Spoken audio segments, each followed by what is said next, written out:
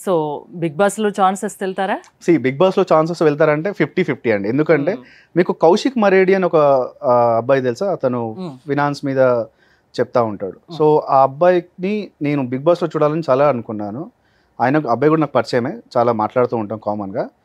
ఆ అబ్బాయిని ఇయర్ అసలు యాక్చువల్ బిగ్ బాస్లో చూడాలని చెప్పి నేను రిఫర్ చేయాలని చాలా అనుకున్నాను, బట్ నేను రిఫర్ చేయలేకపోయాను. ఒకవేళ నాకు ఛాన్స్ దొరికితే ఫస్ట్ నాకంటే ముందు కౌశిక్ మరేడి అనే అబ్బాయిని తీసుకెళ్ళి బిగ్ బాస్లో చూడాలని కోరుకుంటున్నాను నాకంటే ముందు. ఎందుకంటే హీస్ ఇంట్రెస్ట్ లేదని నాకు తెలియదు, బట్ అలాంటి వాళ్ళు బిగ్ బాస్లో ఉంటే బాగుంటుంది. అంటే షోకి ఒక కలర్ రావాలి అంటే అన్ని రకాల పీపుల్ ని తీసుకొస్తున్నారు కదా బిగ్ బాస్ లో. సో ఇలాంటి కౌశిక్ లాంటి వాళ్ళు కూడా బిగ్ బాస్ లో ఉండాలి.